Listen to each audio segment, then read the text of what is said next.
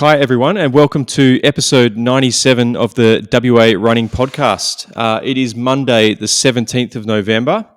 Tonight, we are joined by a very special guest who I'll intro shortly, but we've got a few local results to come up with this week. We've got the Bibbulmun track stage race. We've got the MetrO Orienteering Warwick edition, the Turquoise Coast Running Festival, Point to Pinnacle, and Strive Program D. Of course, across my screen, I have someone who's I believe is on strict walking orders, but we'll find out how long those orders have lasted. Vici Richardson, thanks for joining me. Thank you. Thanks, Chris. Nice to be back. I feel like I've been away for a while, so looking forward to getting into it. I think that's how I felt last episode when I recorded. I felt like it had been 4 weeks, but yeah, it's just this new routine we've got. It's working well. Gives us each a little bit of respite after a couple of weeks recording, and yeah, it's working well, I think. On the other side of my screen, we've got Vicky's therapist in more ways than just massage. Our guest is an ultra runner extraordinaire who's fresh from her tour over the East Coast, completing the Grampians Peaks 100 miler in Victoria, and then pacing Margie Hadley in the Coast to Cosy in New South Wales on the weekend just gone. Kate Timmons, how are you? I'm well, thank you. Thank you for having me, guys. No, very, very pleased to have you. Now, Vicky has put together a beautiful interview for you this evening, so we're going to get stuck straight into that, if that's okay with you. Absolutely. All right, well, I'll quickly intro here, and then I'll get Vicky to ask the first question. We've got the Grampians Peaks Trail, for anyone who doesn't know, is in Grampians National Park. It's a 162-kilometre trail with 7,700 metres of elevation from Mount Zero in the north to Dunkeld in the south. The GPT passes through the rugged, stunning and varied terrain that the Grampians is famous for. Now, we've spoken with, I think, Shane Johnstone about this race before in the past. Last year was unfortunately they had to cut the race short due to weather, but understanding this year the weather was extreme in other ways. So maybe you'd like to get us stuck in here, Vicky, with the questions. Yeah, thanks, Kate. So good to see your face. Usually I don't see much of Kate's face because I'm usually face down on the massage table, ranting away about something. So nice to actually look at you for a change.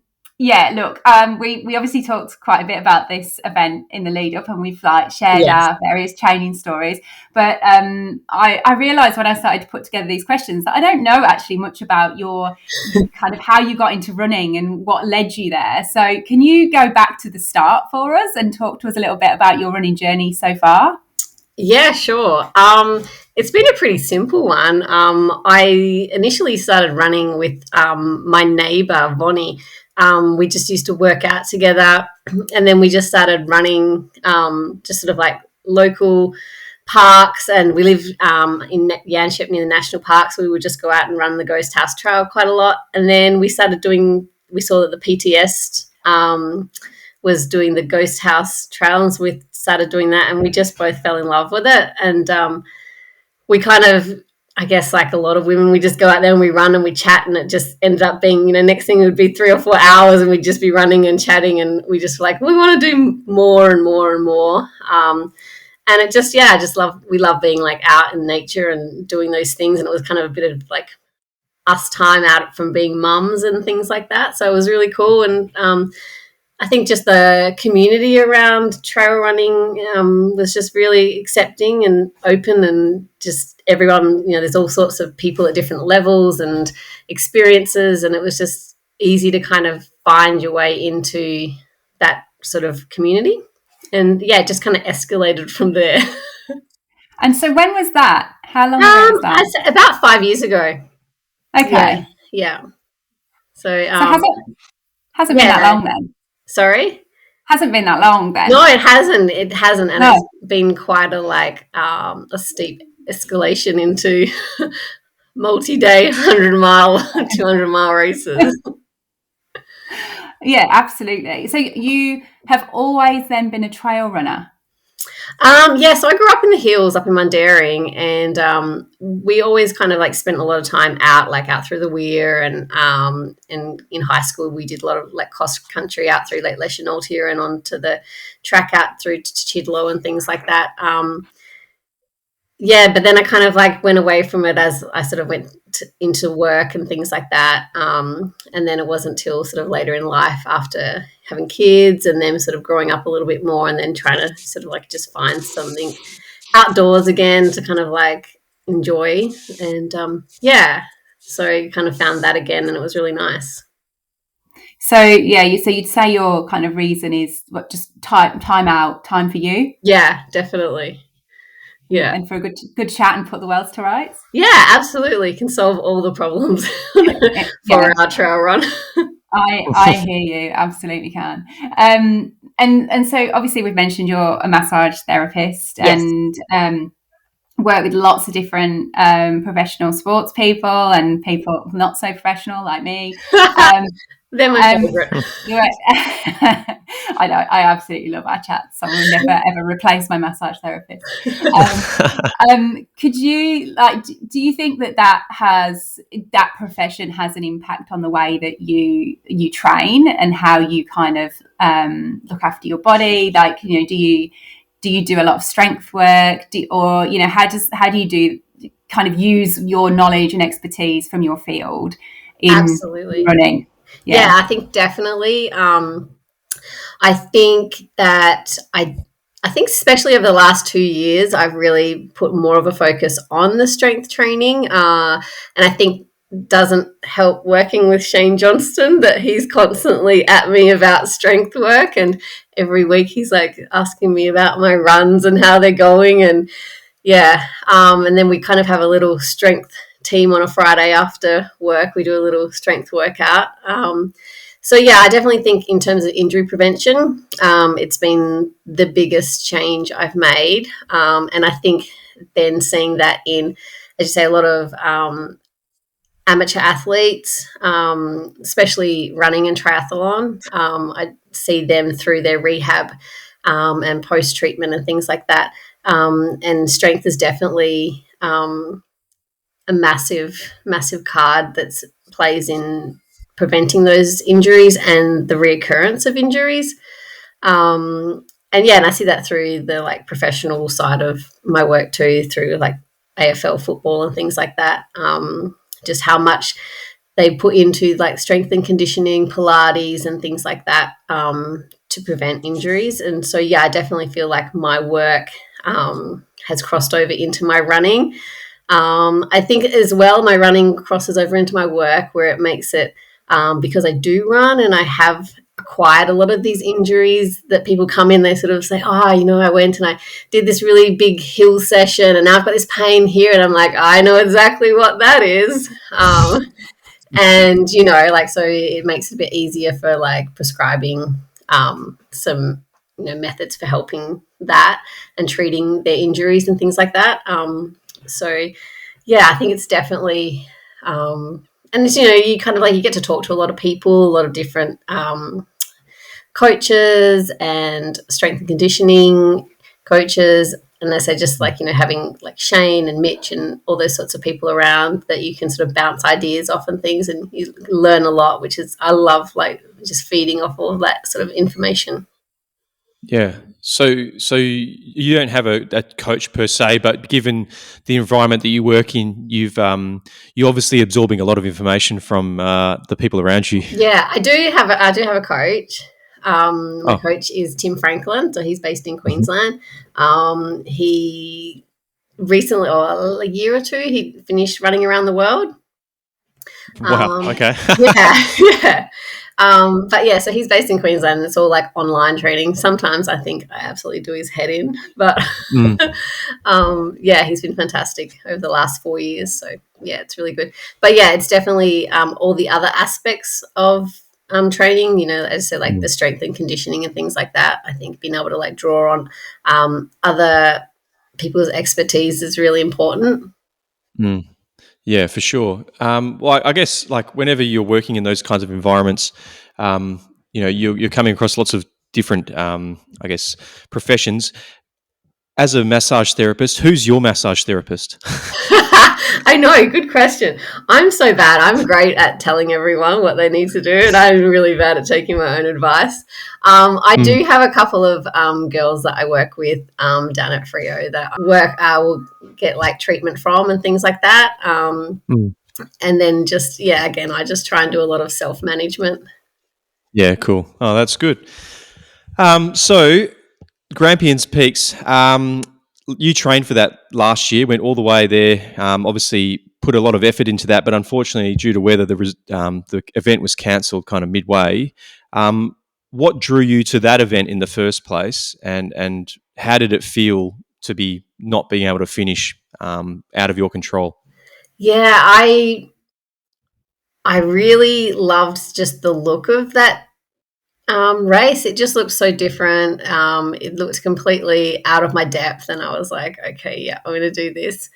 And yeah, I trained really, really hard for that one, and I put so much into it. I was doing massive blocks, like 100K weeks for months, and then I was kind of on the borderline thinking, I don't know if I could do it. And then Shane signed up. And then I was like, we had been talking about it at work. And I was like, yeah, I want to do it. And then he signed up, and then he sent me a code to sign up. And I was like, well, now he sent me the code, I have to sign up. So, I signed up and, trained really hard for that one. And then, went over. I wasn't expecting what it was. It was so much more. About 88 Ks in at Mount William, they decided to finish it. And I was pretty gutted, to be fair, because in my mind I thought, I have to come back and do this all again now. And just remember thinking how hard it was and how it was just really, really hard. And I hadn't slept, and it was about 22 hours, and I was kind of feeling a bit tired and emotional. And it was actually Corrie, Shane's wife. I had got a message during the race saying that the race, the miler, had been cancelled, but in my mind it was the stage race, because it just said stage race and milers had been cancelled. And so when I got into the aid station, I was like, I'm just going to have a nap. I'm just going to have some food and I can go. I'm halfway. It's really good. And Corrie was like, no, you're done. That's it. And I was like, no, I'm fine. I just got to have some food and cool down and I'll be fine. And she's like, no, they've cancelled the race. And then I kind of looked around and I saw people getting in their cars and then it kind of dawned on me what was happening. And I think after that, I kind of felt a little bit like, oh man, I trained so hard for this. And there was that disappointment. But at the same time, I understand there was people just falling out everywhere. The first 50 Ks, I think I gave about 3 or 4 people water, from my own pack, because they had just run out of water. And the aid stations were really well stocked, and they had a really good, mandatory listing and mandatory water carry, especially through parts of the sections where you're going up quite a lot of elevation. They were, you had to carry 3 litres of water and things like that. But people were just still running out of water, and they literally were sitting on the side of the trail and just not going anywhere. And they basically say too, in the race briefing, that it's so remote, it's so rugged that, essentially you need to be able to, unless you get bit by a snake or you break something, you need to be able to get yourself to an aid station at either point. And so, it was really, really full on. But they made the right choice, because then they had those massive bushfires go through there a week or so later. So definitely the right call. Yeah, for sure. I mean, those bushfires would have changed the landscape dramatically for this year's race, right? Absolutely. It was unrecognisable in parts of it. There were some parts that had some amazing amounts of regrowth and they looked really good, but up on the ranges and the escarpment, it was just rocks and burnt sticks. There was nothing. It was quite stark and confronting, but it was really, really full on. And that then created, its own interesting environment to run through. There was no coverage this year from like anything. You were just exposed, which made it really, really hard. Yeah, for sure. Well, I mean, talk to us about the terrain. Like, if you're coming from Perth, and we've got these kind of granite and gravel kind of outcrops up in the hills here. What's it like over there comparatively? Are we talking vastly different terrain? Vastly different. I thought running out through Kalamunda that I would be like, yeah, this is technical, this is okay. It's nothing like that. There is just every kind of rock you can imagine, from stones to boulders to pointy rocks to flat rocks they're just rocks everywhere. And it's actually so hard on your feet, because a lot of the trail, there's some beautiful runnable bits going in and out of a few of the towns, like into Paul's Gap and at the end and things like that. But the majority of it, you are going over these like big slabs of rocks, and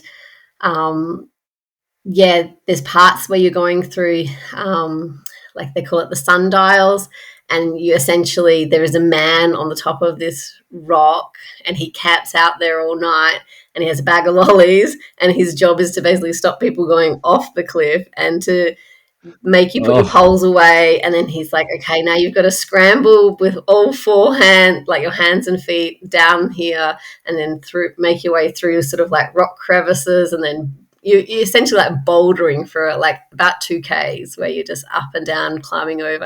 And I'm quite short, and that's really hard. That's wild. In road running sense, like that reminds me of the guy at Frio Running Festival who sprays a hose out the front of his house at all the people who are kind of nearing the end of the race in the when it's 30 degrees. But falling off a cliff sounds terrifying. Yeah. The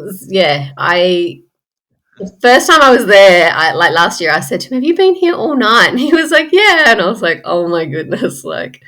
And then this year I saw him again, and it was during the day, because last year it started at lunchtime, whereas this time it started at 8 o'clock in the morning, which was much better.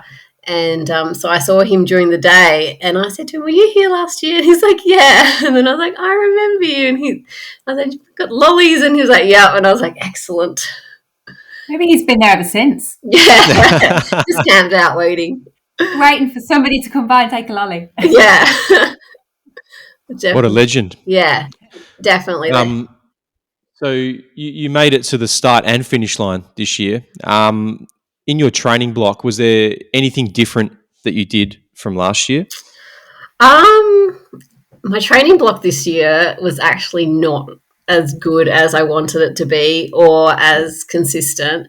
I just had a lot of things going on with work, just changed a lot of my like hours with when I couldn't run, and just trying to condense my long runs and get everything done. I really struggled with that this time.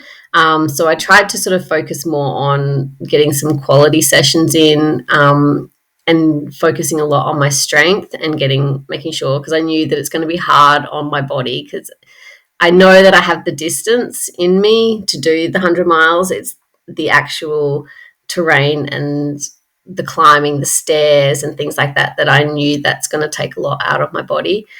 So I tried to really just focus on making sure I didn't have any injuries going in, and that I had put in a lot of work into, my strength work.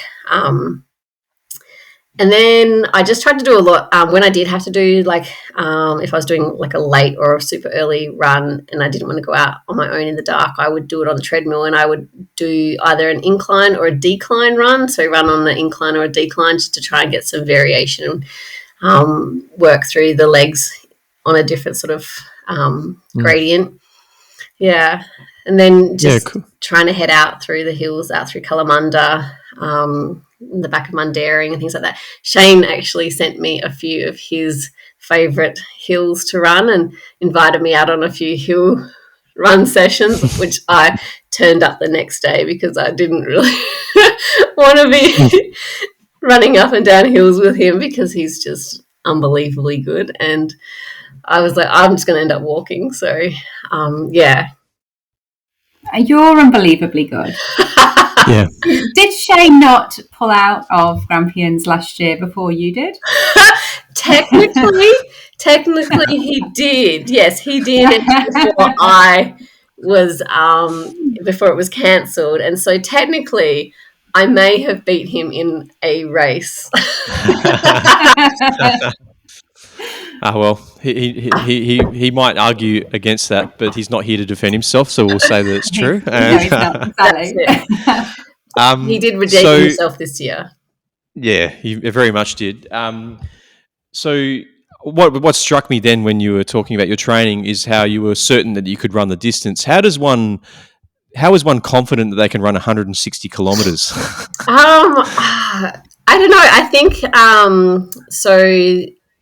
I think just because earlier this year I did the Delirious 200, and I think just having that sort of in the back of my mind, knowing that when you go to into those sort of distances and the sleep deprivation and having to navigate out of all the little things that come up, I kind of felt confident within myself that I could do that. And so I couldn't really think about the distance as a barrier because I was already knowing that I was going in undertrained, basically. I didn't want to have another barrier in the fact that, my mind saying that I can't do this, because I knew that I've got that distance in my legs. I can do it.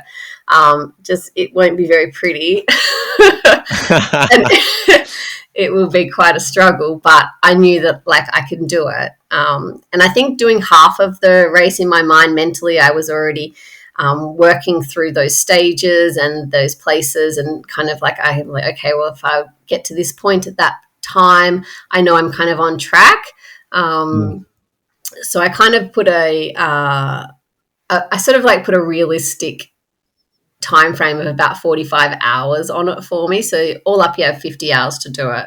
And I kind of figured that I knew that I could do the first half in 20 to 22 hours and be still quite comfortable and feel okay at that point.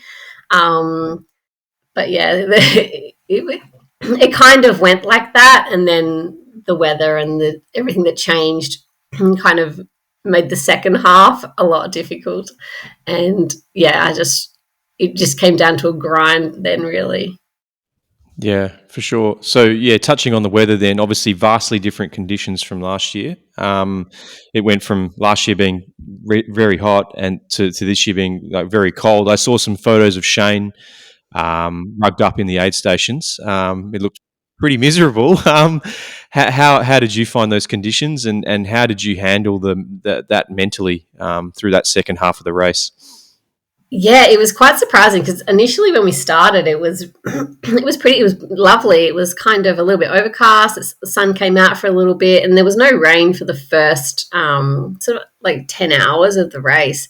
And then as the afternoon swung in, the winds changed and became quite southerly and quite heavy.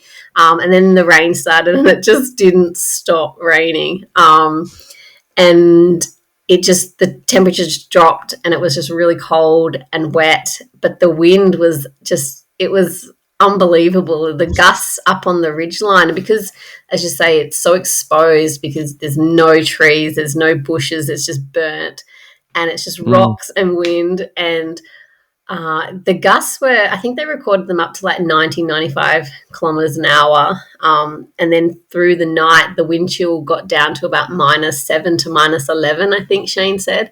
And I felt it we had, so essentially leaving one of the last aid stations going into the night, they made sure everyone had mandatory gear on.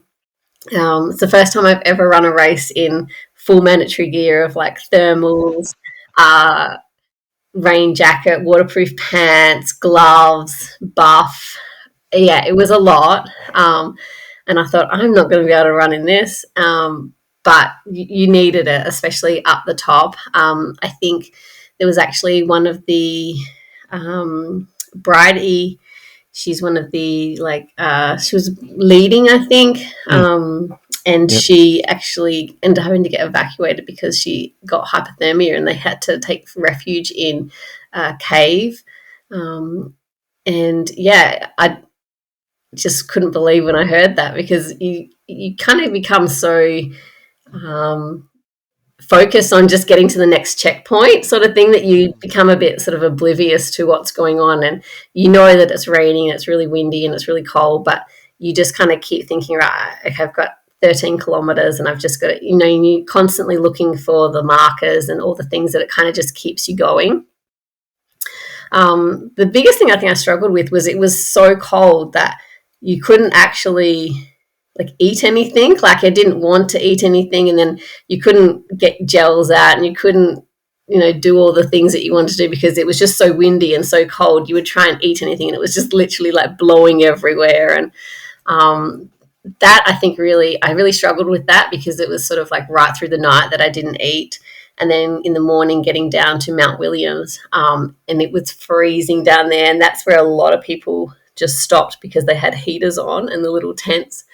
And yeah, it was so cold. And then I tried to start eating then, and I just really struggled to get food in, and I was kind of I can't eat now. So that kind of, I carried that right through for the rest of the race. It was really quite a struggle to get food in and get enough food in to kind of feel good to keep going. Yeah, for sure. So yeah, you're obviously so focused on getting to the next aid station, so you're probably completely desensitized to all the crazy shit that's going on around you, like people hiding in caves and this bitterly cold weather. Like, how do you still have these kind of self-preservation systems active, in that the markers are thinking, am I suffering from hypothermia, or am I dehydrated, am I underfueled? Are those things still kind of going through your mind, or do you start to forget all that and just is the focus that strong? Yeah, I think you definitely sort of start to you definitely forget. Well, I forget that I think 5 hours has passed and I haven't eaten, because you're just so sort of focused on you want to get out of the rain, you want to get out of the wind, you want to get out, and all you're thinking about is I'm just going to get out of these conditions. And it does come down to that survival mode of I just need to get off this mountain, and this mountain doesn't seem to be stopping. And then on top of that, everything's slippery and wet and muddy, and you're trying not to fall, you're trying not to slip, you're trying not to roll your ankle. And then it is just, you kind of think about how much time you sort of just out. Well, I think about how much time I'm out there, and then I just sort of think it's ticking away from where I want to be, sort of thing. And then just how am I going to make this time back up? And when you don't really know what's ahead of you, it's hard to sort of think, okay, well, when I get to that point, I can, and I can run down that section or whatever, but I didn't know what was ahead of me. So it was just kind of I've just got to accept where I'm at now and just kind of keep moving forward and not sort of stop. Yeah, totally. So yeah, we just curiously, were you running training in the nighttime? What in the lead up to something like this? Because running with a head torch is such a different experience to running in the daylight. Yeah, it definitely is. I had done a few night runs and quite a few early morning runs, sort of 3, 4 o'clock. But yeah, it is definitely something that it takes time, because you kind of get used to being able to see everything around you rather than just what's directly in front of you in that head torch. I know quite a few people, actually, I know that ran with, because we had to carry 2 torches or 2 headlamps as our mandatory gear, and quite a lot of people carried a second torch as a waistband and wore that. So I think that was something that I was I would probably try that going forward into a night race, so just have a better view of the ground. Mm-hmm. Yeah, it's a good idea. Tip for next time. Was there anything else, weather aside, that of the anything in throughout the course of the race that surprised you, particularly? I think the back half, because I hadn't done that part, I was really quite surprised by the amount of stairs. There's a lot of rock stairs, UTA. There's a lot of these rock stairs, and they're very, very steep, and I hadn't really expected that, because the first half there's not a lot of that. There's just sort of more gradual stairs up, sort of like mountainsides, whereas in the back half they're very, very steep stacked stairs where you're climbing sort of like a ladder, but they're stairs up the cliff face and things like that. I wasn't ready for that. I can say that I was definitely not ready for that. And there was points where I was like, do I put my poles away? Do I need them to get onto the next step? And but it was definitely an experience. For sure. So, I mean, you made it to the finish. How was that finish line experience for you? Like, were you emotional? Was there anyone there waiting for you to clap you over the line? How was it? Yeah, so I went over with Shane Johnston and Oki Diggins and Luke Hutchison. And so Luke ran in the 50K on the Thursday and he came 10th. He did an amazing run. And then Oki ran the 100-miler with us, and he came 10th, which was phenomenal as well. So Luke had crewed for him, and Shane's auntie had come to crew for him, and she was kind of like, oh, well, I'll come and help you too, but she was so busy with everyone. And so the last section I found I really did struggle with probably the last 30 Ks. I think because mentally I wasn't prepared to be out there for as long as I was.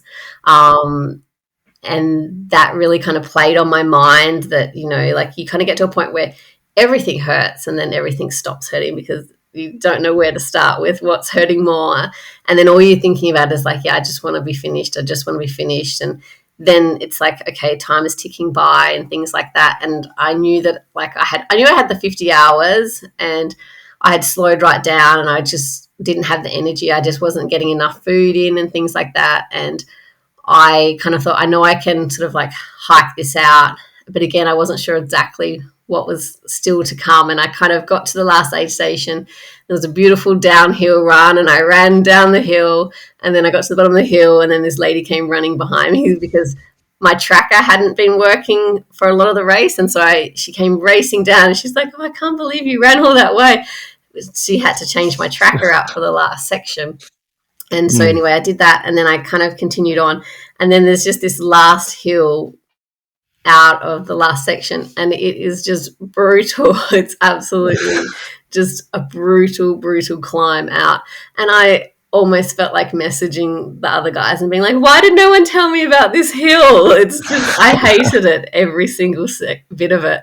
But then I got out and I got to the top of this hill and then it's a really nice kind of like single track flowy run down into Dunkeld and then it's like a flat 2K out. And I kind of like, once I sort of like could see that I was coming out of the kind of like mountain range, it was really lovely. And then I saw Shane's auntie Kim and her daughter Lara, they had come down to Dunkeld with the boys to meet me. And so I walked with them for a bit and just, it was really nice because it was like the first time I had like talked to someone that I knew for like 49 hours. Because I had actually spent quite a lot of the time just by myself, kind of in between like one or two people that you kind of like leapfrog with through aid stations.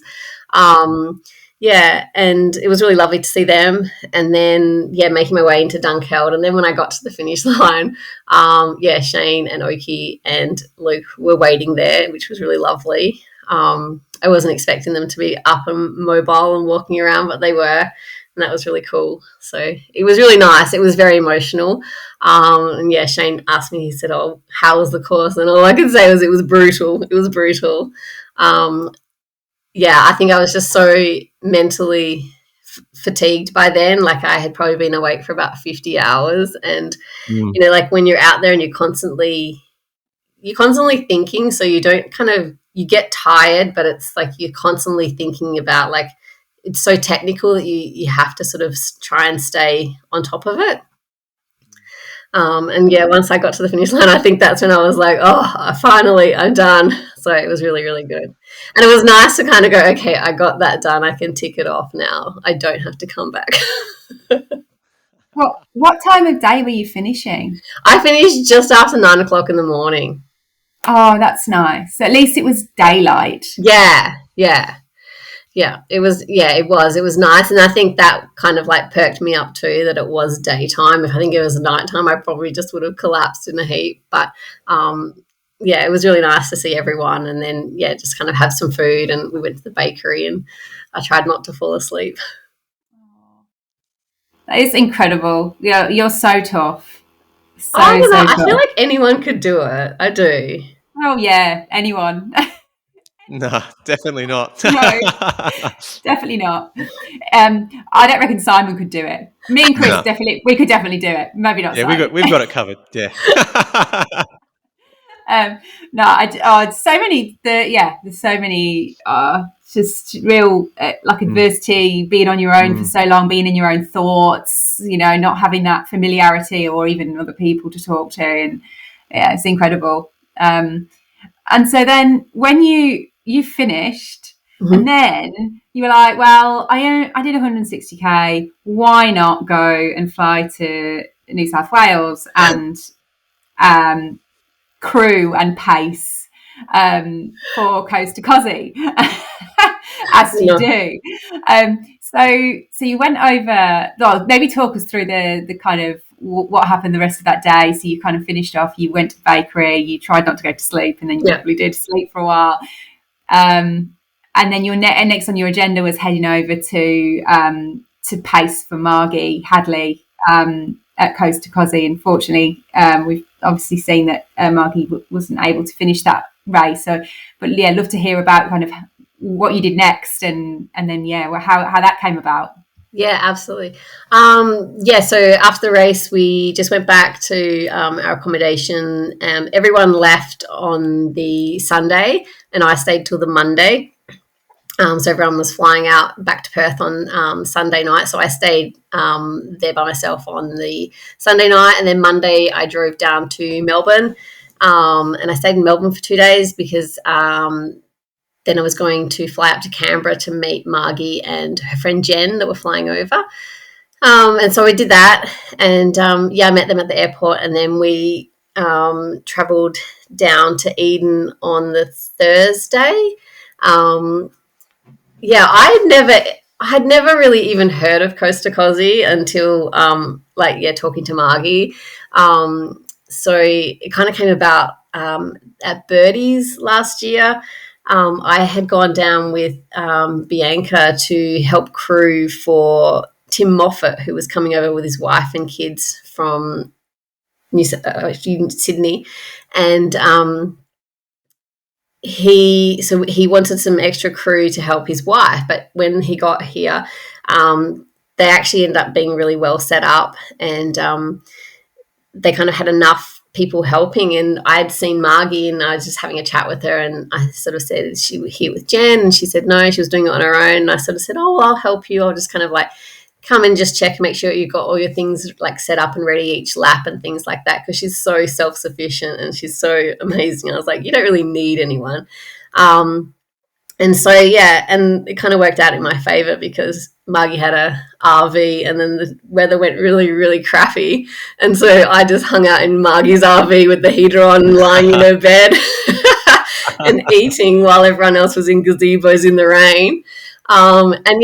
Once she had actually finished racing, like at Birdies, we were having conversations about races and things that were coming up, and she just sort of said, would you come over and help crew at Kosciuszko? And I hadn't really any idea about Kosciuszko.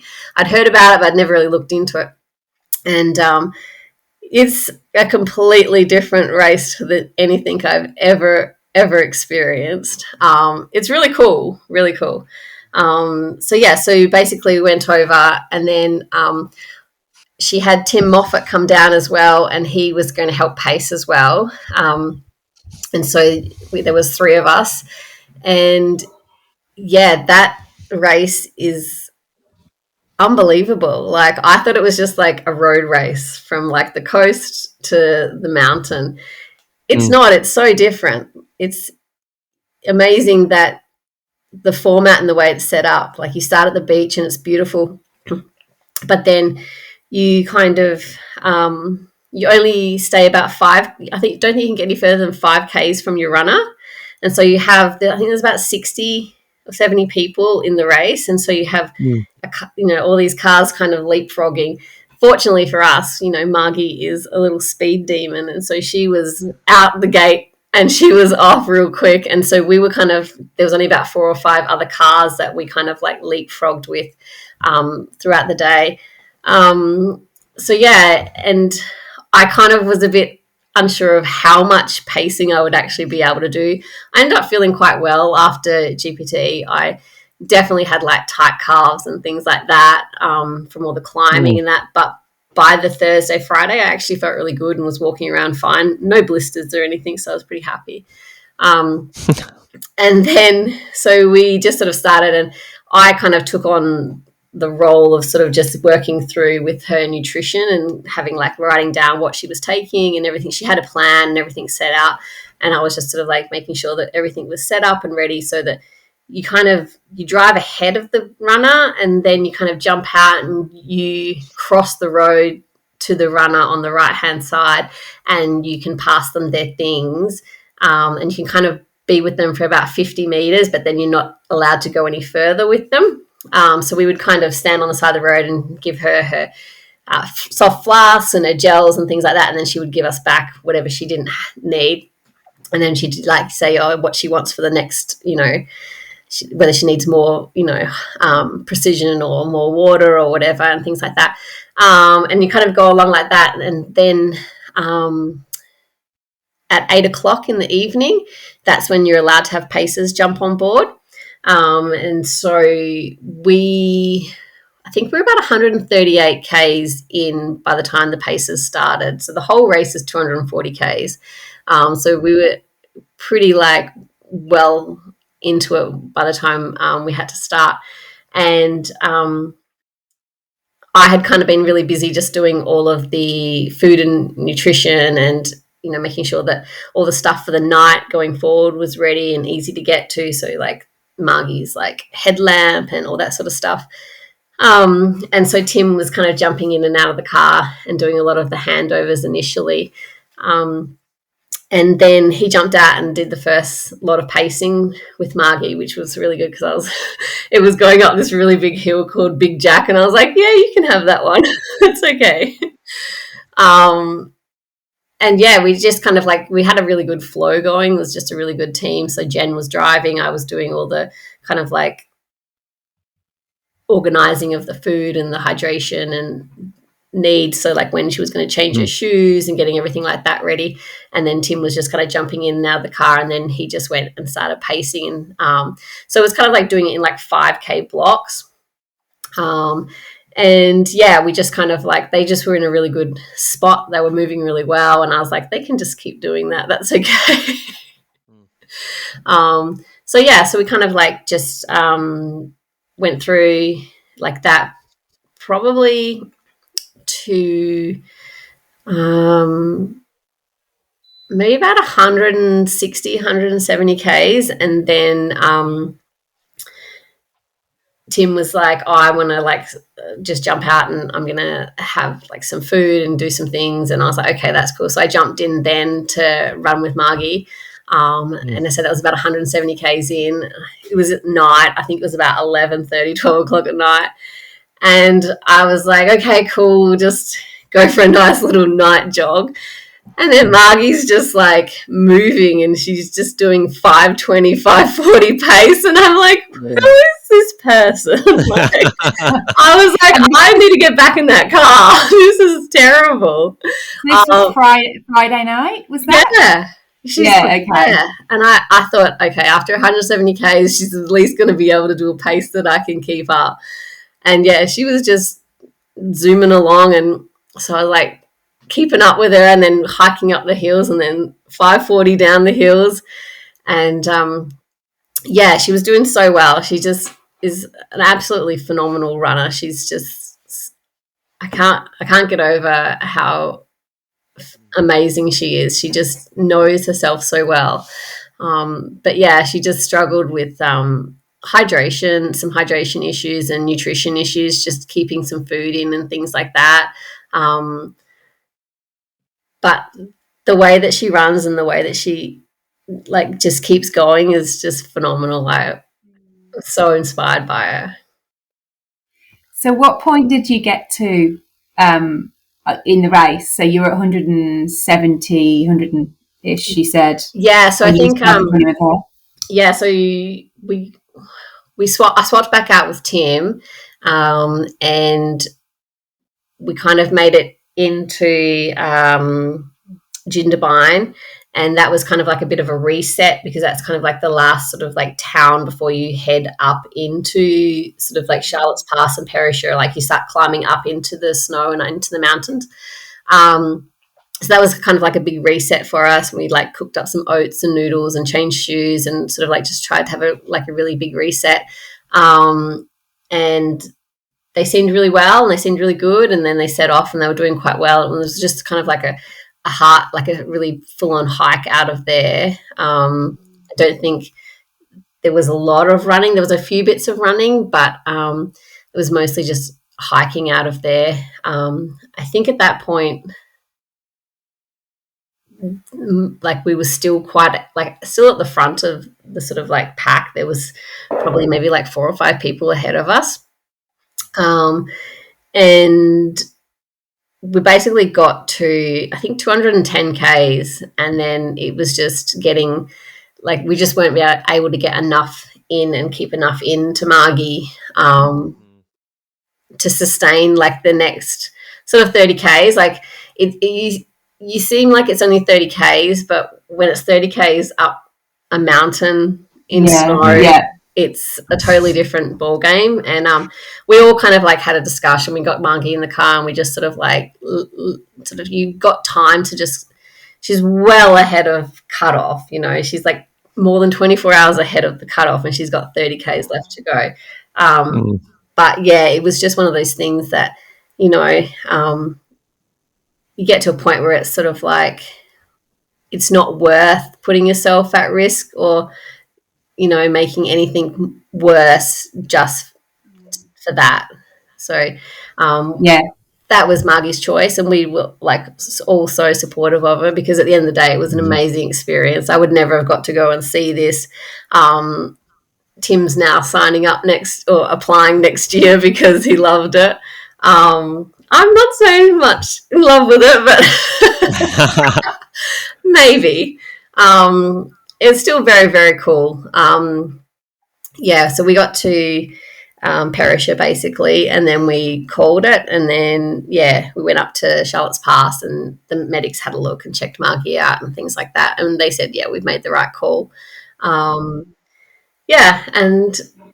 then, you know, we went, Tim and I went further out, up Charlotte's Pass. We wanted to go and see the snow, and we got about 2 or 3 Ks in, and then this thunderstorm came in and it just hailed, and it was really full on, and we abandoned it and went back to the car. So a lot of the race actually was quite full on. They ended up calling it at inclement weather.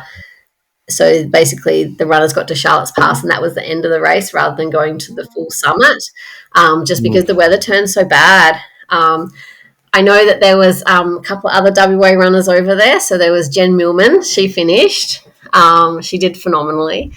She always does. Trevor Bosvold, he finished. He was really, really cool. And Darlene Dale, she's just an absolute machine. Oh, yeah. She was the last finisher, and she's just so determined and full of grit. Yeah.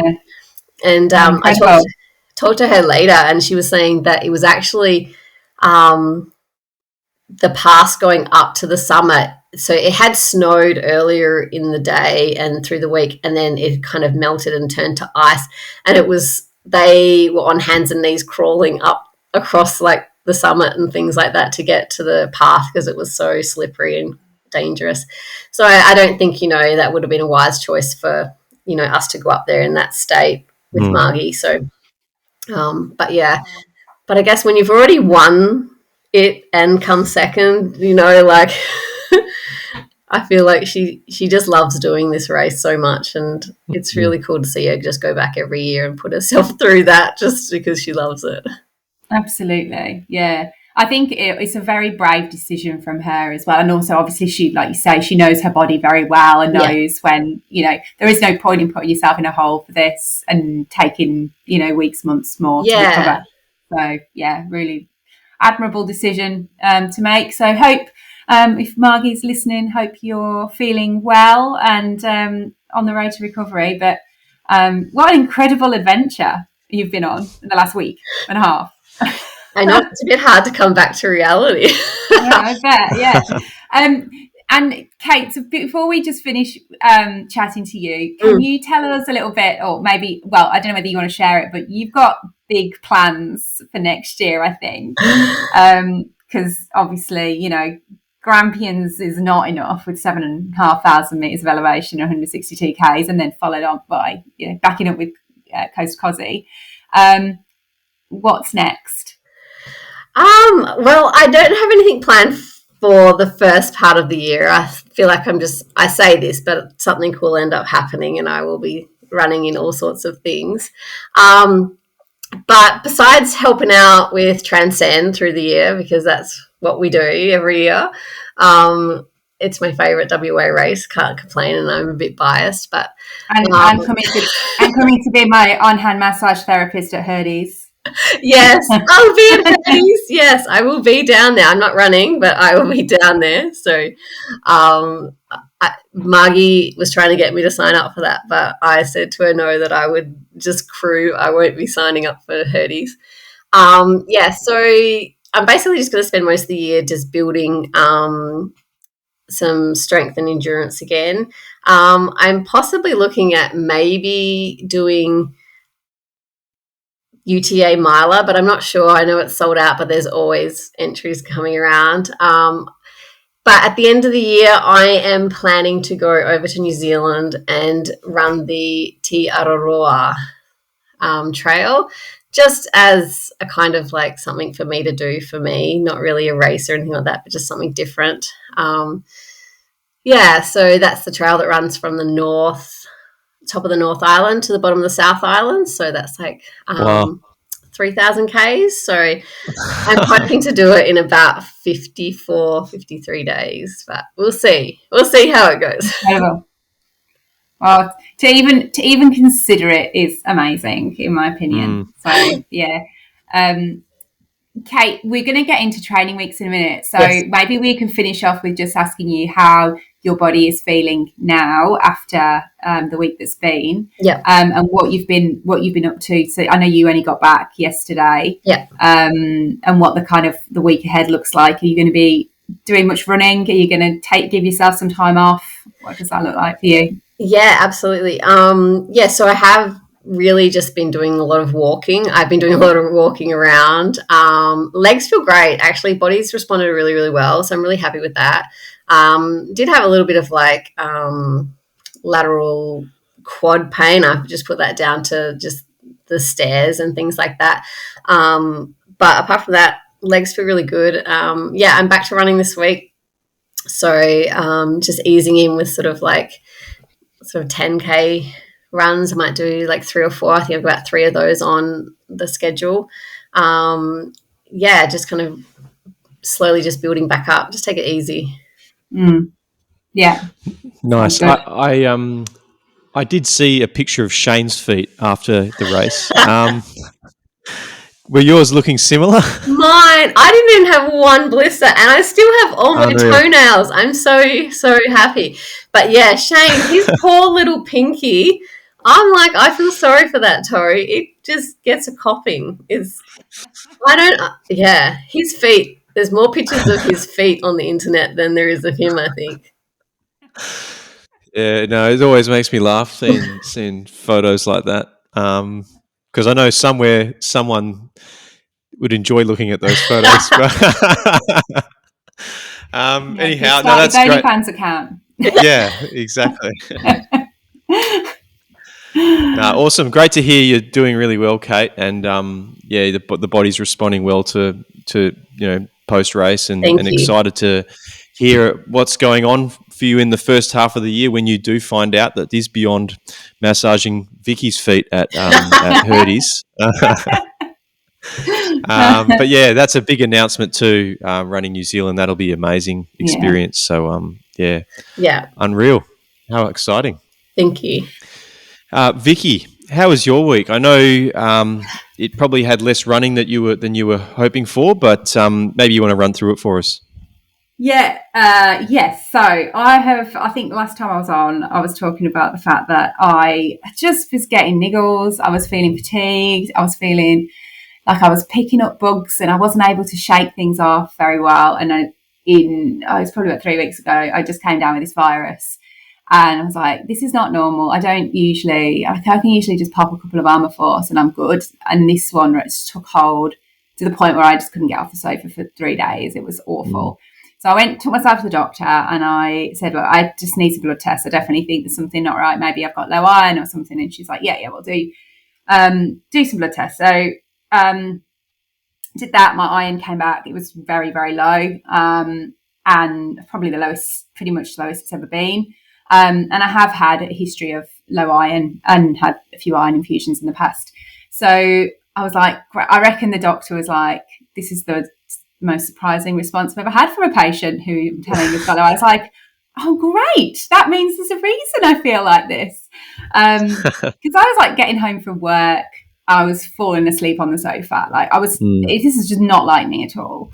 And running was getting progressively harder as well. And I just couldn't recover from strength sessions. So anyway, that was great. So I got my iron infusion booked in for last week. And then kind of in parallel to this, I was I had a biopsy on a mole, which had been I'd gone and got a skin check because it was just looked like it was a little bit different.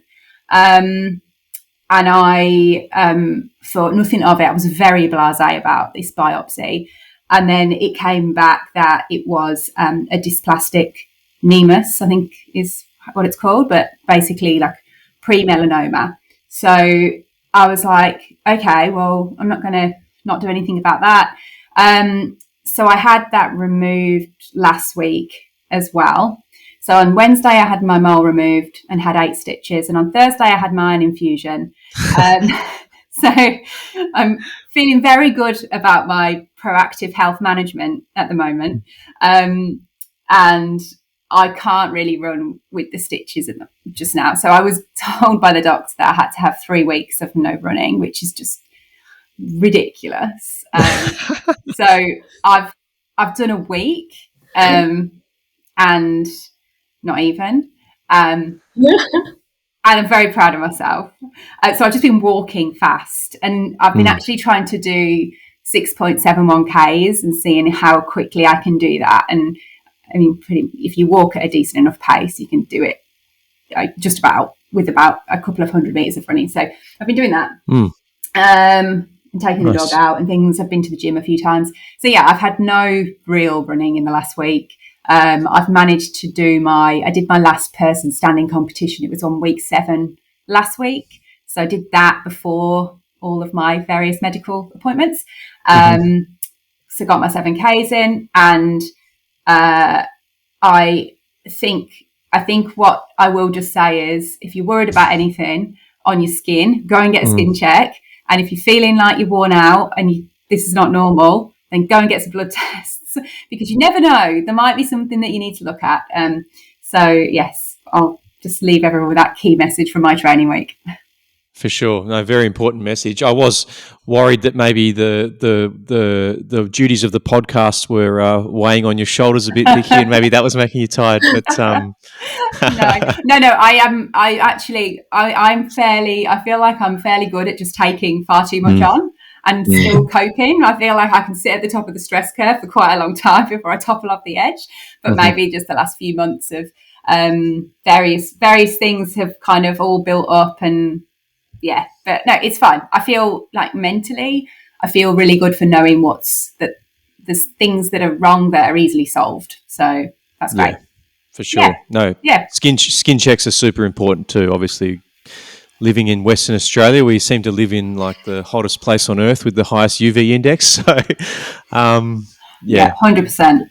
very important, especially now. I mean, today was quite warm and I already feel like I was cooking. So Yeah. I'm not going out in the sun at the moment at all. I'm like literally covered from head to toe in sunscreen and hat and sunglasses. And I'm like, no, I'm being very sun safe. So, yeah. Anyway, how about you, Chris? What's your week look like? Bit of cycling? Yeah, a bit of cycling. I said I wouldn't say the C word this week, and it's cycling this week that I'm going to say. So I'm okay with cycling. It's fine. Yeah. So no, I actually had a reasonably good week, positive week. So I managed, I think, 4 runs, managed 30 Ks. For reference, Kate, I'm coming back from a bit of ITB soreness, so Sure. Haven't got my massage therapist sorted out yet, but no, I think 30 Ks this week, and I think I rode 4 or 5 days, so I ended up riding about 210 Ks and a couple of gym sessions. So the biggest thing for me was how much time I spent exercising, and I ended up doing about 12 hours this week. So that is about as much exercise as I would do when I'm training for a marathon. So, to get that in various forms has been kind of some kind of relief and in terms of my mental side of having to stay active. So, that's why I'm in better spirits tonight than I was last Monday. But no, it's been a good week. I had a couple of reflections. I went for a run this morning, not technically last week, but I was quite tight through the first kind of 6 Ks of my run this morning, and I said to myself I'd get out for 30 minutes or 40 minutes. And after about the 30-minute mark, it started to kind of loosen up. And so I just thought, well, hey, I'm just going to keep running until it doesn't, until it feels bad.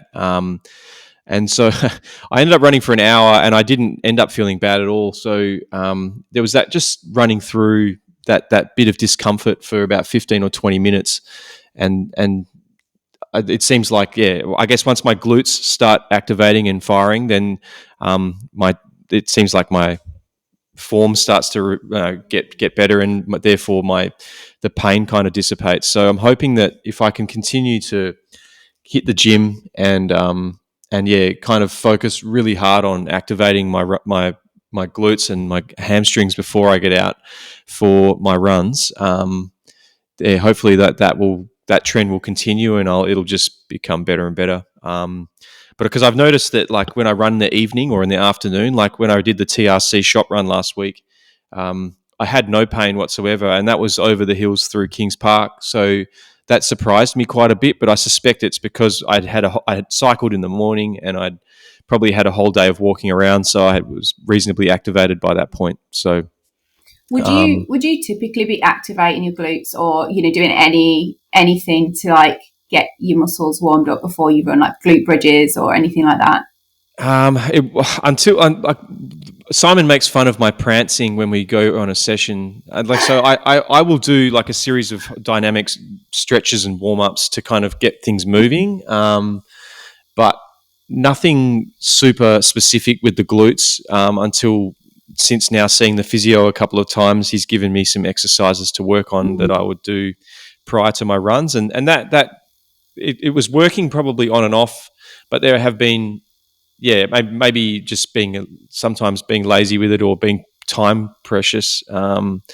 Just sometimes, maybe I need to spend an extra 5 minutes doing it rather than, and that will pay off in the run versus like, not doing it and then suffering through 15 or 20 minutes of discomfort. So, I guess we'll just continue to see how that goes. I don't plan on, there's nothing for me in the short term now. I think it's just, I'm going to try and enjoy running for the next few months and just build a big base and hopefully build some volume and try to keep the cycling in somehow, because I am enjoying that. Funnily enough, I transitioned from a fixed gear bike that I was using for 3 weeks now to I went for a cycle on the weekend with a real bike, and it was a dramatic difference. So I'm hoping that I'll continue with that. It's just a bit daunting in the pedals, like with the clips. I did have a tumble on Sunday when I went for my my ride. I did a 90k loop around the city, and about 60k's in, I stopped in at Leighton Beach at the Orange Box to have a little smoothie. And as I was trying to dismount the bike, I fell over in front of the whole cafe. So everybody got a laugh. Oh, it happens to the best of us. I feel like every person who's ever clipped into pedals on a bike has had that happen, and it's always in front of a crowd. Yeah, there were some nice people around that asked me if I was okay. They weren't just laughing, so that was very nice. But I quickly, before we get on to results, I just wanted to shout out that there have been some people that have checked in on me, like, you know, maybe they heard how grumpy I was last Monday, but they've checked in on me and just, you know, asked me how the ITB is going. So I really appreciate those people who have done that. And yeah, just looking forward to getting better. Yeah, great. All right, well, let's just get into results, because there was actually a lot that went on last weekend, or over the last kind of 5 days. Starting off with Run Bibbulmun track stage race hosted by Rapid Ascent. That was a 3-day stage race between the 14th and 16th of November, obviously through the southwest. Very beautiful down there. As described by the event page, they describe it in 4 words as a shitload of fun, or in 9 words, a metric shitload of fun in spectacular wilderness playgrounds. So make of that what you will. Have you done this event before, Kate? No, I haven't. Vicky, for that matter? Haven't. It's definitely one I've looked at. And yeah, there was quite a few people I knew that were running it this weekend. Yeah, interesting to see how they went. Totally. So there's a long course and short course format, and you're running on each of the days through different segments of the Bibbulmun, from what I understand. So I'll quickly start through the long course. The males, so it's a 107k total. The short course is 62k total. The men's long course was won by Daniel Hutchins in 10 hours and 40 minutes. Let's assume that's total time. We've got Geordie James coming in second in 11:05, and Alan Williams in 11:22. The short course, long course female was won by Mimi this is too much alliteration. Mimi McIntosh in 11 hours 41 minutes, followed by Lorna Blade in 12 hours 46 minutes, and then Caroline Knight in 13:06. The short course male was won by Tom Harding in 5:58, followed by Anthony Thomas 6:06, and then Shannon Dixon in 6:09. And finally, the short course female was won by Leonie Bradfield in 6:42, followed by Alex Van Heerden in 6:59, and then Helen Taylor in third, 7:15. Vicky, do you want to take us through this orienteering series that you've kindly chucked on the thing that I'd never heard of before? I've decided we're branching out into orienteering. So Easy Double have got the cycling segment, and we're going to go to orienteering. Why not? Yeah, why not exactly? No, I thought this event needed a little shout out because it's a really cool series. I've never done it. I will get to one at some point. A friend of mine from Yellow is involved in organising Mark Lommers. So this is a MetrO Orienteering series, and this week's event was in Warwick. So the series is held around metropolitan parks and reserves in Perth. Typically it's a Saturday evening. I think it starts about 5 p.m, something like that, on a Saturday, November to February. And the courses are all between 3 and 8Ks. So there's a short, a medium and a long course. It's really family friendly, or I think juniors are defined as 16 years or younger, and then seniors 17 years or older. And you can do it as a group as well. So you're not necessarily having to go out and be an individual. You can do it as a group of 4. So families do it together. Really great thing for kids. The next event is in Careen Glades Open Space on the 29th of November. So I will just run through, I won't go into the times because I actually couldn't find the detail of the course lengths. So I'm just going to call out the names of people just in case any of them are listening. So in the senior male short course was won by Oliver Martin, second was Mason Eves, and third was Tony Simpkins. The senior female short course was taken out by Carol Brownlee. Second was Rosalie McCauley. That was a dead heat between Carol and Rosalie. And then third place was Anne-Marie Frank. The senior male medium course, Liam Dufty took that out, followed by Nick Dale and Tom Brownlee. And the senior female medium, Amy Dufty, was the first place female. Kerry Pass was second and Vanessa Smith third. And then in the senior male long course, Rowan Braid was first, followed by Ruben Claessens and Sten Claessens, who I think must be brothers or father and son or something like that. The senior female long course, I think there was only one female entrant, and that was Tracy Burns. So yeah, as I said, I think it's a nice little event on a Saturday afternoon for anyone that's looking for something different to do. All the way through the summer months, and we'll perhaps put the link in our show notes so that people can have a little look if they fancy supporting it. For sure. Vicky, for the sake of listeners who might not know, what does orienteering involve? Oh, well, good question. It's been a while since I've done any orienteering. So participants are given a map with up to 30 controls or checkpoints, and you choose your route. And you visit each required number. You visit the required number of controls and aim to finish within the time window.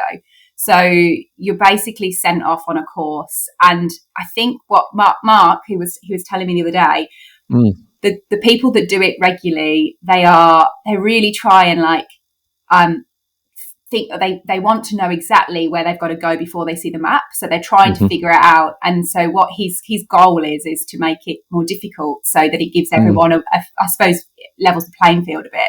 So whether you're a first timer or you're somebody who's done it before, you don't there's no set course. You've got to try and find the shortest, quickest route to get to each checkpoint, get all your checkpoints, your controls marked, and then get to the finish as quickly as possible. So awesome. That's the dummy's explanation of orienteering. No, that's a very good explanation. There's obviously a lot of problem solving involved, not just like athletic ability. So that's awesome, and sounds perfect for families. So or anyone looking to have it take their first date down to the orienteering might be a way to get to know someone quite quickly. And what we don't like about each other. Yeah, you'll certainly find out a few things about someone if you have an argument doing that. Now, there was a Turquoise Coast Running Festival over the weekend, but unfortunately don't have the results for that. So maybe we might mention that next weekend. I did see that Jack Crago ran that in the 10K up at Jurien Bay there because I think he's spending some time out on the farm at the moment. But maybe we'll find out what those results were in the coming week. We had Point to Pinnacle. Zane obviously mentioned that last week on our episode. That took place over in Tassie, up at Mount Wellington. Now, they raised $1.2 million for Movember and Carrie's Beanies for brain cancer. So incredible amount of fundraising going on there. Now, this race is a half marathon, runs straight up a mountain, effectively. I can't remember the total elevation off the top of my head. You might remember, Vicky or Kate, but effectively you're running, it's a vertical kilometre. It's over a vertical kilometre. I think it's like 1,200 metres or something. So the winner, Sam Clifford, obviously a elite athlete that's going around, doing quite well at the moment. He's a local to Tassie as well, if I'm not mistaken. He ran that half marathon in 1 hour, 21 minutes and 29 seconds, which is a course record. That, funnily enough, is my half marathon PB. So he's done that running 1,200 meters of elevation. So that makes me feel great.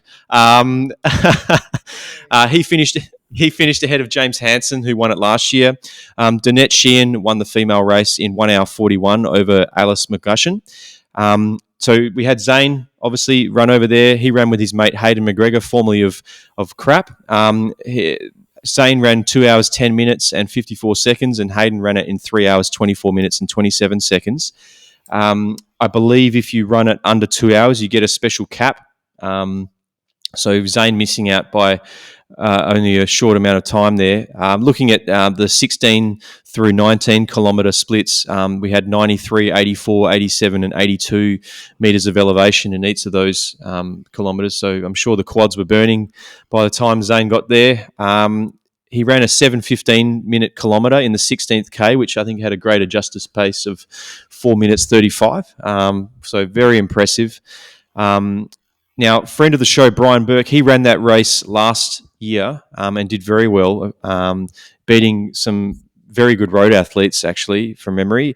Now, Brian, I was at the community run on Wednesday just gone and suggested to me that we should do a Point to Pinnacle training series next year. Now, I think I raised this with you in the chat, Vicky, and I think everybody's keen. We just got to figure out the logistics of how we can make that happen and who we can get involved. So that would be a very exciting prospect for the second half of next year. Yeah, I like the sound of talking about it. I don't like the sound of doing it. So I will watch from afar and interview the people. Yeah, well, when is that race in Turrawura in New Zealand, Kate? Is that before or after Movember? The Te Araroa, the one I'm doing? Yeah.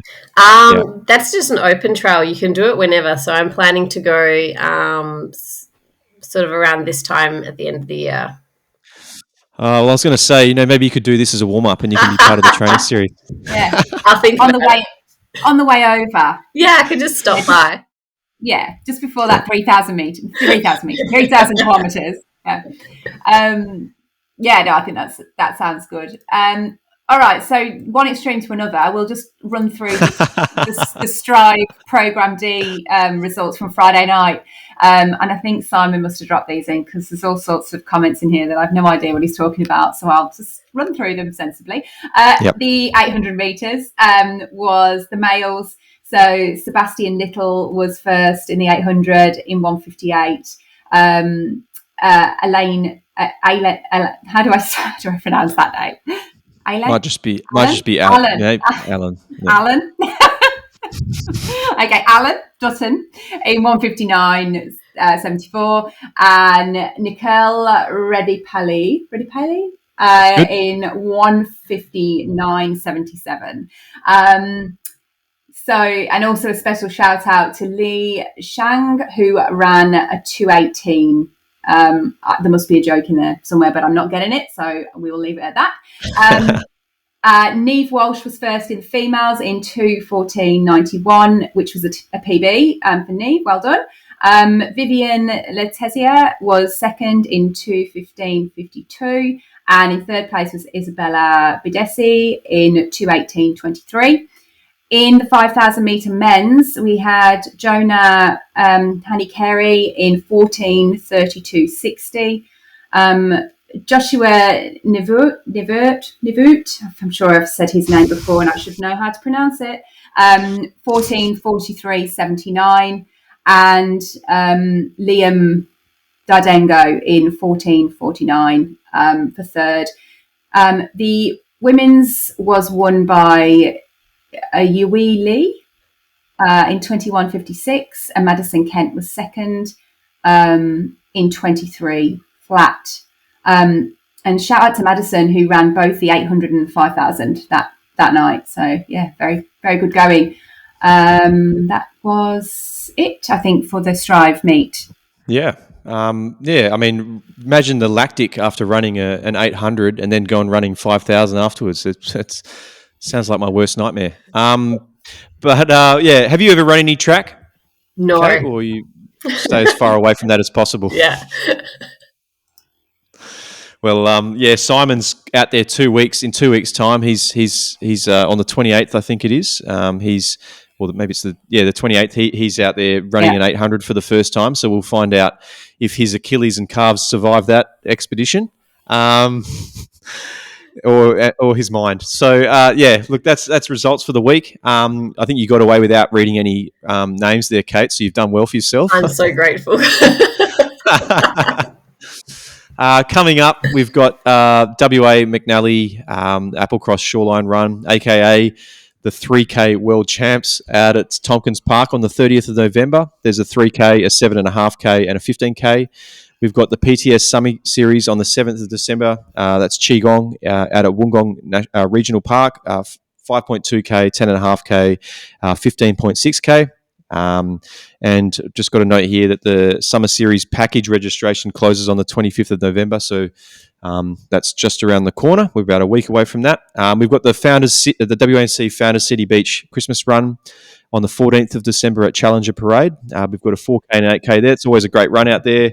People dressed up in costumes. I think there's a prize for best dressed every year. So we've seen everything from someone dressed as Will Ferrell in Elf to a candy cane. So, looking forward to seeing a few people out there on the 14th. On the 21st, we've got 6-inch trail marathon. There's 23K and 46K options there.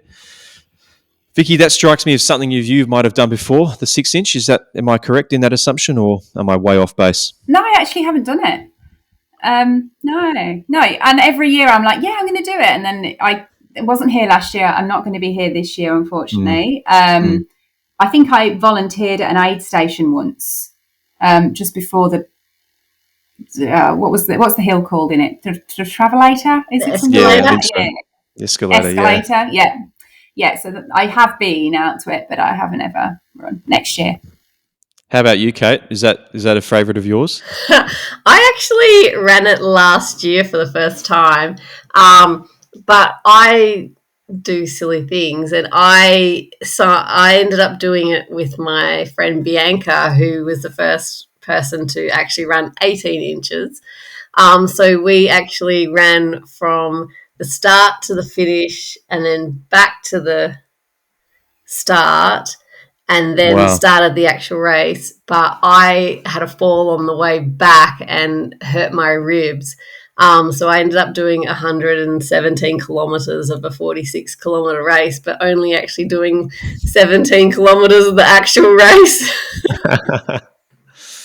So I've not actually finished it, but it's a great one. It's a good one. Yeah, nice. Awesome. Good. So good she had to do it 3 times, 2.5 times.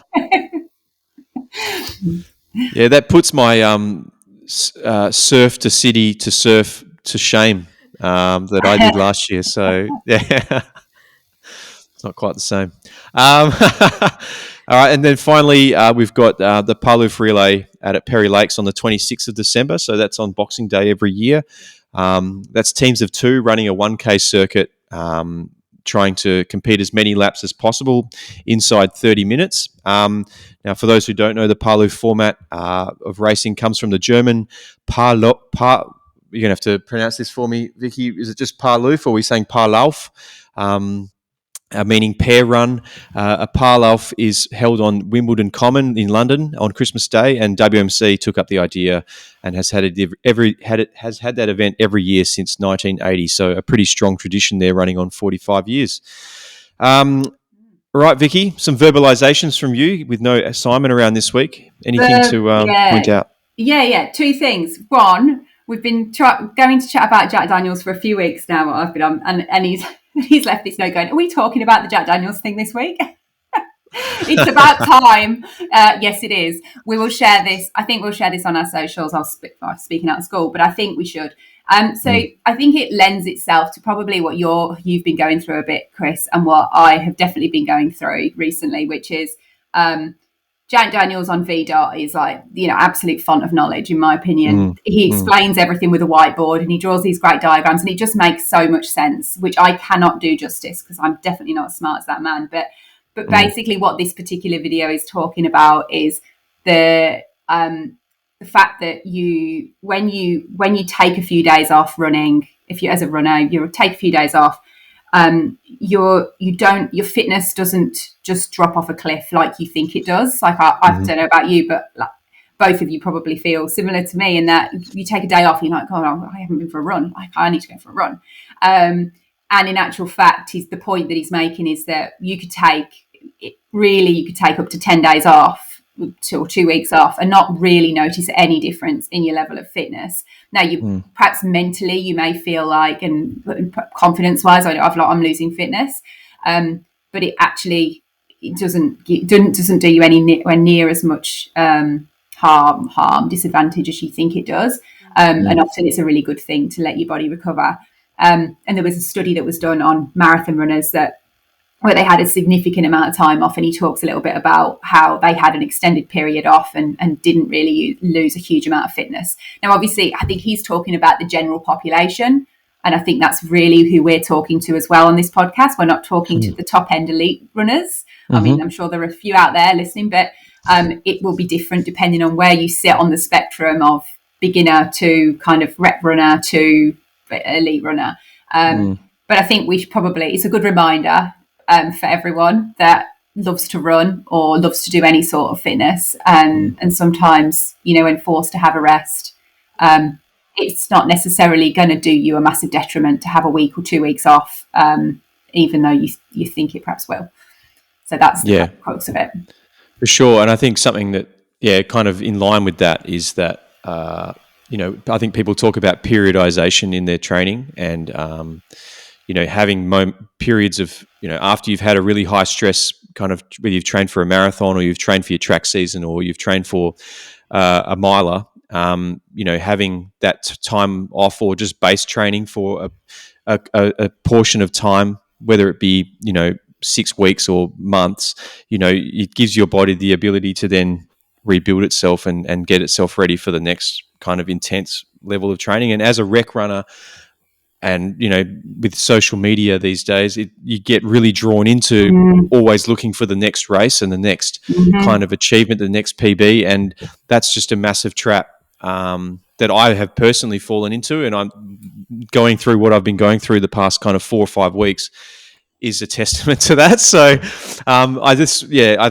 it's really changed my perspective, and those Jack Daniels videos are fantastic. I think it's really worthwhile sharing that with the listeners on socials, because that I think that study said something along the lines of, 10 days you lose no fitness, but there was the study group that you mentioned, I think they didn't run for 87 days or something like that, and they only lost like 5% or a reasonably little amount of their running, so their fitness. So great shout, Vicky, and I'll stop talking and let you get on to the next one. I think you're right though. I think it's almost like you, as a runner, you don't run for a few days and then you're like, oh, am I a runner anymore? Can I even call myself a runner? That's how I feel when I go back out. Like, I started running on Sunday to try and get my 6.71 Ks in an hour, and literally ran for 200 meters, and I'd walked 8K because I was just walking, and I was like, oh god, this feels awful. I think I've forgotten how to run. I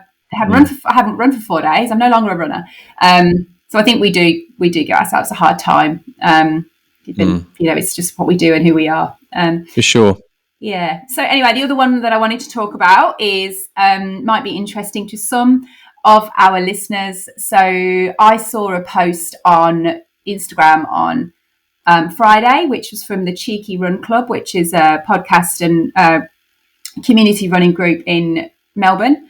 They posted about a female-only track series that they were starting up to encourage female participation and just reduce barriers to females getting on the track.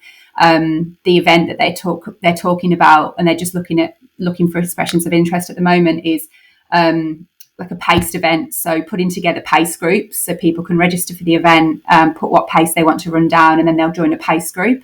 A really inclusive environment, encouraging all abilities to come along and run on the track, which I think that many of our listeners may agree, and I've spoken to some men and some women in the last couple of days since I saw this that have said, the track is an intimidating place, whether you're male or female. But I think that definitely when I've been at the track, it probably skewed more to males than the typical kind of running environments that we see out there.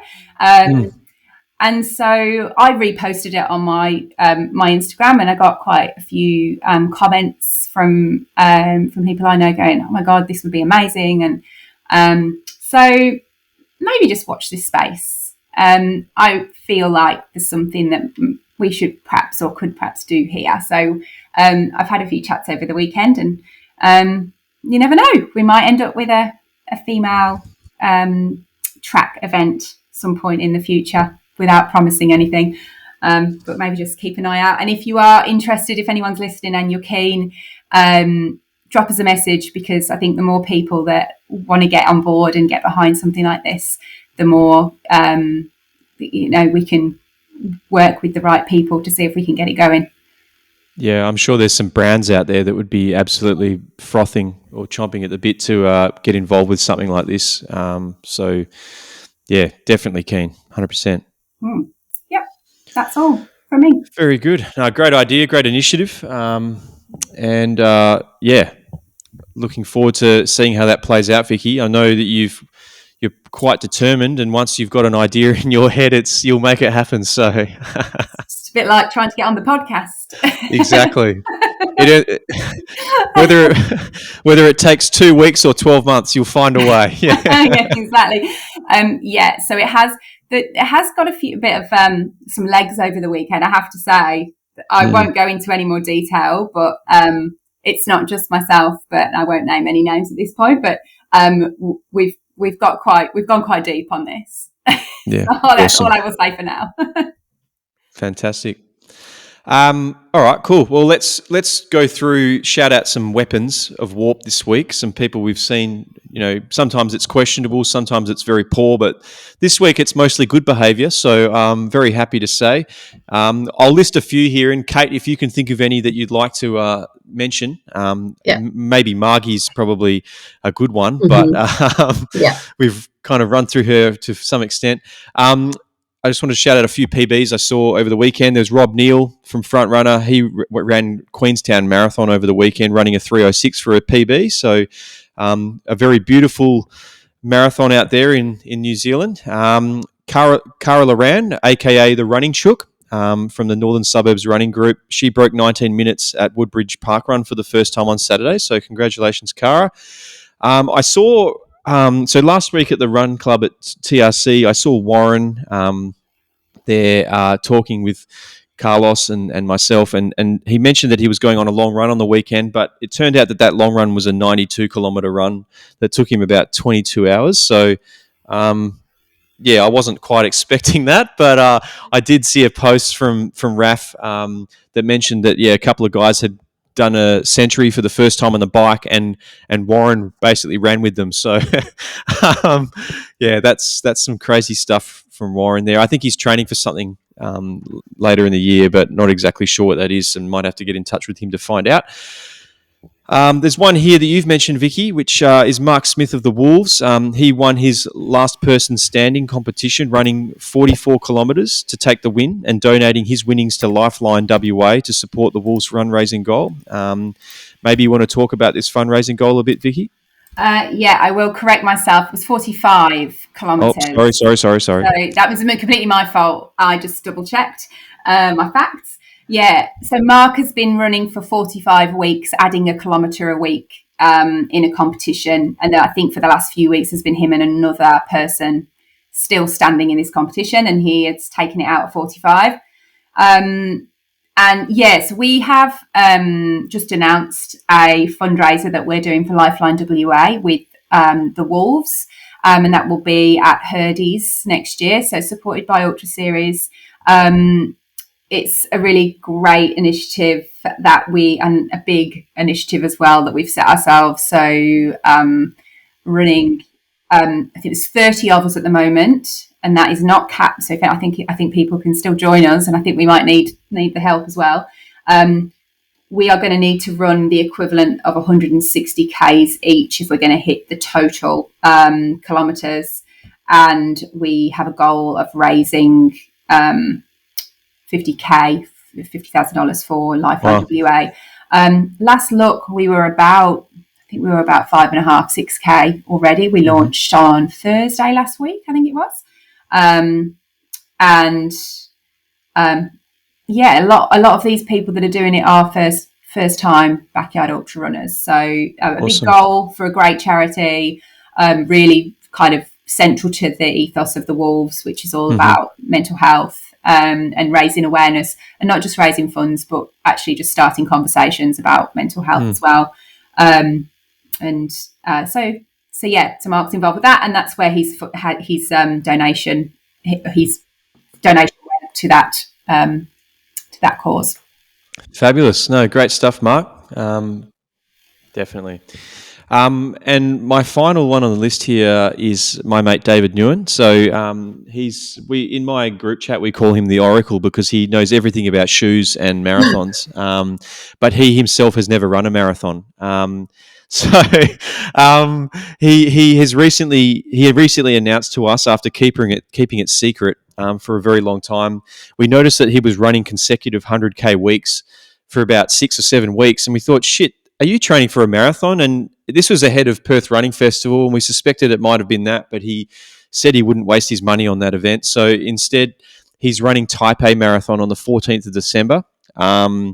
And he's been using this Norwegian singles method that seems to be going around at the moment, which involves not a dating app, but it involves breaking down the double threshold into more like alternating days workouts. So you're basically doing multiple threshold sessions every week rather than doing 2 in a day.